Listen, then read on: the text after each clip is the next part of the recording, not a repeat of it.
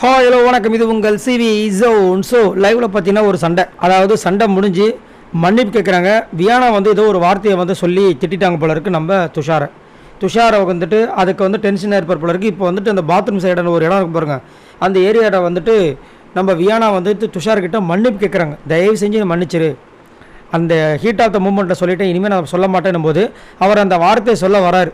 நீ அந்த வார்த்தை சொல்லிடக்கூடாதுன்னா தயவு செஞ்சு ரிஜிஸ்டர் பண்ணுறாத. இதே மாதிரி தான் சுபிக்ஷா கிட்டேயும் சொல்லியிருப்பாங்க.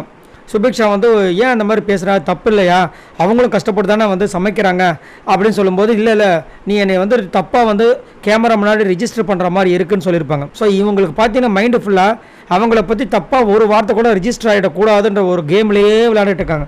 இப்படி நம்ம கான்சன்ட்ரேஷனோடு விளையாண்டா எப்படி அவங்களால வந்துட்டு மக்கள் மனசில் வந்துட்டு பதிய முடியும்? அதை யோசிக்க மாட்டாங்க. இங்கேயும் பார்த்தீங்கன்னா மன்னிப்பு கேட்குறாங்க. அவர் அந்த வார்த்தை சொல்லுவாங்க, தயவு செஞ்சு அந்த வார்த்தையை திரும்ப ரிஜிஸ்டர் பண்ணிடாத, நான் பண்ணது தப்பு தான் அப்படின்றாங்க.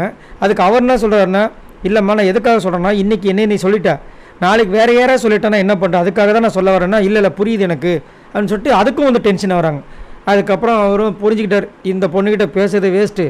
ஏன்னா இந்த பொண்ணு ஒரு முடிவு பண்ணிருச்சு, இந்த பொண்ணுக்கு வந்துட்டு சொல்லிட்டா அவங்க வந்து தப்பாக எடுத்துக்கலாம் விட்டுருது, தப்பாக இருந்து அதை வந்து சொல்ல வந்துட்டாங்கன்னா அது தப்பாக ரிஜிஸ்டர் ஆகிடும்னு சொல்லிட்டு உடனே ஸ்டாப் பண்ணுறது நல்லா புரிஞ்சிருச்சு. அதனால் இதுக்கப்புறம் பண்ணாதீங்கன்னு சொல்லிட்டு அவரும் வந்து அங்கேருந்து கிளம்பி போயிட்டாப்புல.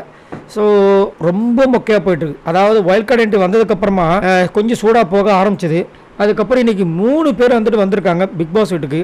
அதுக்கப்புறமாவது நல்லா போகும்போது நான் கடைசியாக பார்த்தீங்கன்னா ஒரு மணி நேரமாக 1.5-2 மணி நேரமாக பார்த்தீங்கன்னா காமெடி பண்ணுறது, அந்த காமெடின்ற பேரில் கடுப்பு ஏற்றுறது. விக்ரம்லாம் பார்த்தீங்கன்னா ஐயோப்பா அவர் பண்ணுற காமெடி. அதுலேயும் பிக் பாஸை பற்றி ஒன்று போட்டார், ரொம்ப படுமட்டமாக இருந்துச்சு. என்னத்த சொல்கிறதுன்னு தெரியல. பாவம் பிக் பாஸ் வந்து தலையை பிச்சுக்கிட்டு உட்காந்துருப்பார், இவங்களை வச்சுட்டு நான் படுற பாடு இருக்கே அப்படின்ற மாதிரி. சரி, நீங்கள் உங்களோட கருத்தை சொல்லுங்கள்.